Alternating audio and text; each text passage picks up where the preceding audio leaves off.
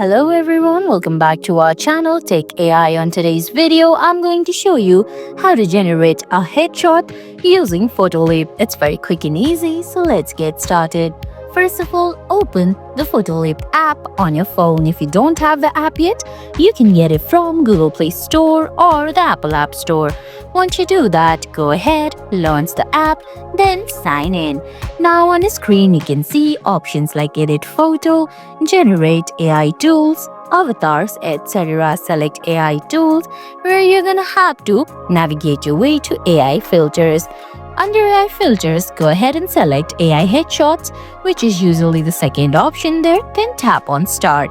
Now you're gonna have to select a photo that you want to turn into headshot. Well, you should know that you're gonna have to upgrade to Pro version of Photoleap to use this feature.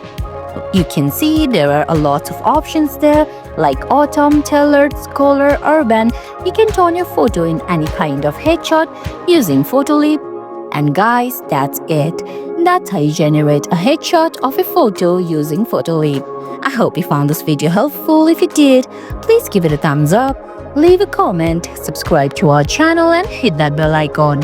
See you in the next video. Thanks for watching.